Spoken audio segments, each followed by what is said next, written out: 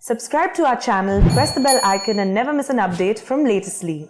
Folks, an inspection of the fossil record over the last 178 million years, which is since mammals first appeared, reveals that the average mammalian species, we're all mammals, exists for about 1 million years before it evolves into something else, or else vanishes into extinction.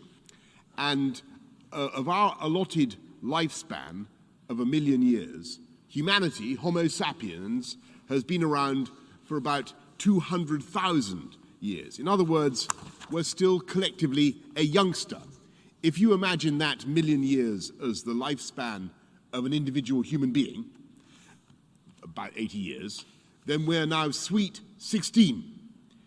We've come to that fateful age when we know roughly how to drive, and we know how to unlock the drinks cabinet, and to engage in all sorts of activity that is not only potentially embarrassing, but also terminal for ourselves and others. In the words of the Oxford philosopher Toby Ord, we're just old enough to get ourselves into serious trouble.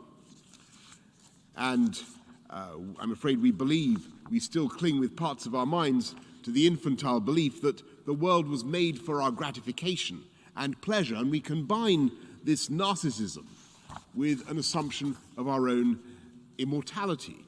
We believe that someone else will clear up the mess, because that is what someone else has always done. And we trash our habitats again and again with the inductive reasoning that we've got away with it so far, and therefore we'll get away with it again.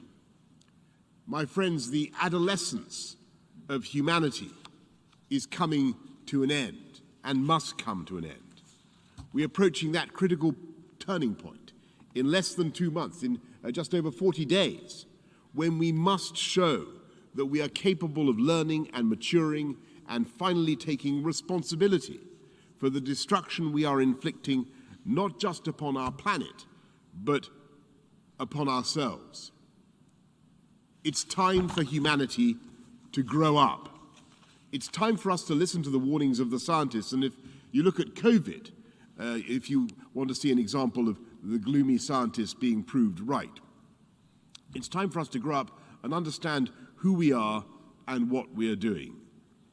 The world, this precious blue sphere with its eggshell crust and wisp of an atmosphere, is not some indestructible toy, some bouncy plastic romper room against which we can hurl ourselves to our heart's content. Daily, weekly, we are doing such irreversible damage that long before 1 million years are up, we will have made this beautiful planet effectively uninhabitable, not just for us, but for many other species.